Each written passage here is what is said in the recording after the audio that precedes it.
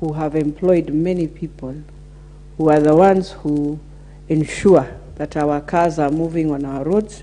That means that if we have indeed a national policy of automating and ensuring that they are able to now start just assembling the whole car, they will do it. And Mr. Speaker, one of the things that kills this industry is how we have allowed, and you'll find those who do business now, who bring in these cars, are the ones who will now go and try to lobby to ensure this policy does not work. Today in Kenya, Mr. Speaker, we assemble many parts in of our vehicles in this country. We are able to assemble whenever a car comes in, but at the same time, you realize there are different parts also that we are able to manufacture in this country. But one of the things we must do is to learn the way the Chinese have done their policies, that they ensure you also bring in expertise who will support as you start building those small industries.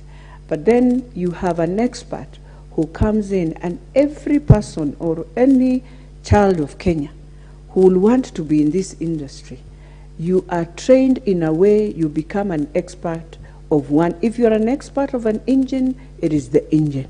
If you're an expert of just putting in the brake pads, you are that expert. And therefore, when you're assembling the whole vehicle, it moves from one station to the other, and you'll find you're creating jobs for many of our young people who have come from TVETs, who have come from the technical schools that we have, but they are able to now go into a plant and assemble this vehicle. We must be also very aware that we are in East Africa, and so when we want to do or even to manufacture the vehicle, then you must look what type of a vehicle is being used in Tanzania, what type of a vehicle is it a left hand, is it a right hand, and so that we are able also to trade within the East Africa. The policy also brings what the other day, Mr. Speaker, you remember, we were saying that we unify the policy for SMEs.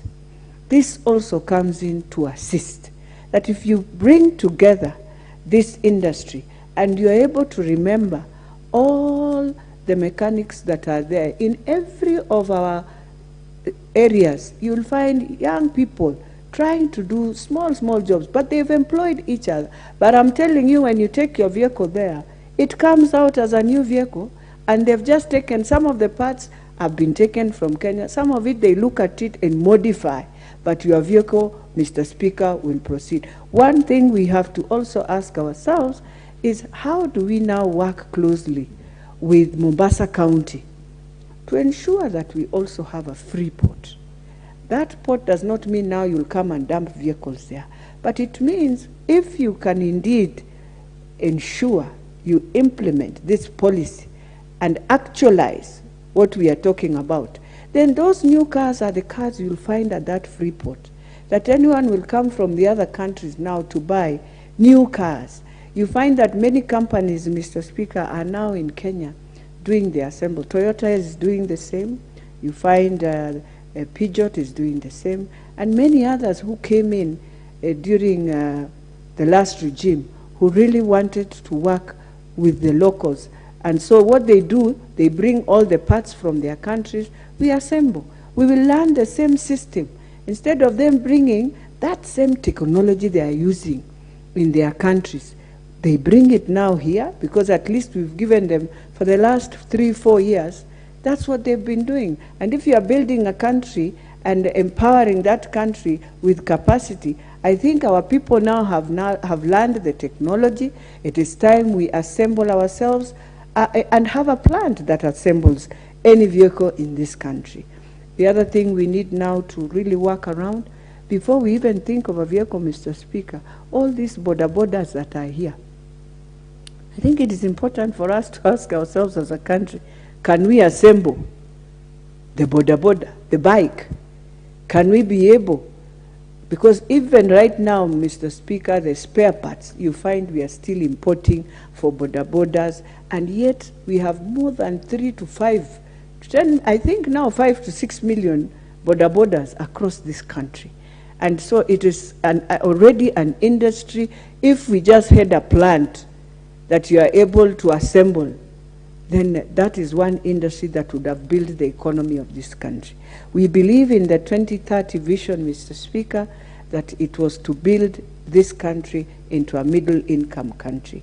And so for me, even as we speak about the sessional paper, there are some things that government has to go back and look in it and ask themselves, is it important that as we do all this, we should never leave those who already are in the Juakali sector and they are doing it. This is how you promote, and they are fantastic mechanics, Mr. Speaker, who have worked with Toyota Kenya, who have worked, and they are outside there. And it means they understand the industry already. It's only that they are SMEs that are trying to build themselves.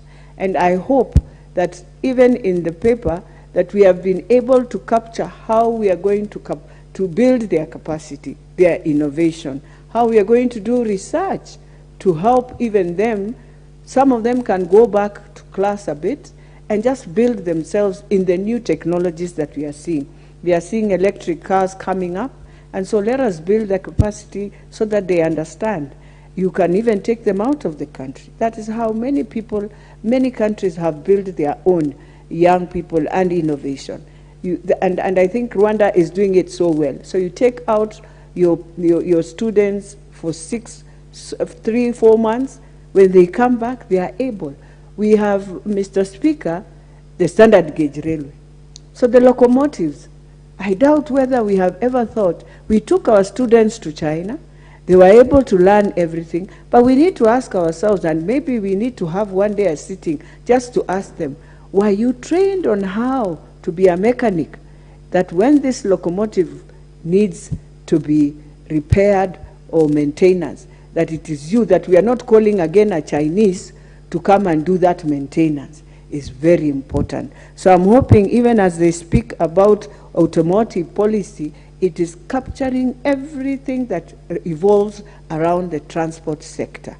While we think about the infrastructure, we must think about negotiating also and enhancing that negotiation with the countries that already have developed so that we are able to work together. Mr. Speaker, lastly, I just want to say we do this is a house that brings out so many interesting things for the country, issues that can really transform our country. But I'm just hoping after we finish our part, Mr. Speaker, that also those who have been given that responsibility can be able to change, can be able to, we must see this transformation, Mr. Speaker. It is very sad, and I know you have been here now for 2 terms.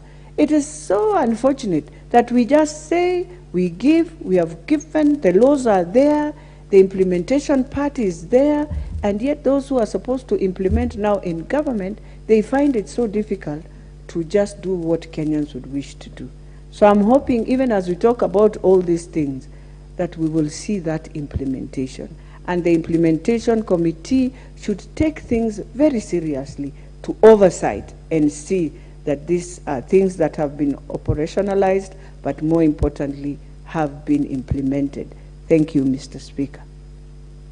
Very well. That last bit, Honorable Wako, is for you, implementation. Next to speak on this is Honorable Zamzam Chimba, Mombasa County MP. Asante sana Bwana Spika. Leo naona mjadala mzuri sana, sijui kwa nini tuko wachache, lakini tutasukuma gurudumu polepole. Nikiangalia mambo ya viwanda na naangalia kwangu pwani, naona tuna sehemu kubwa na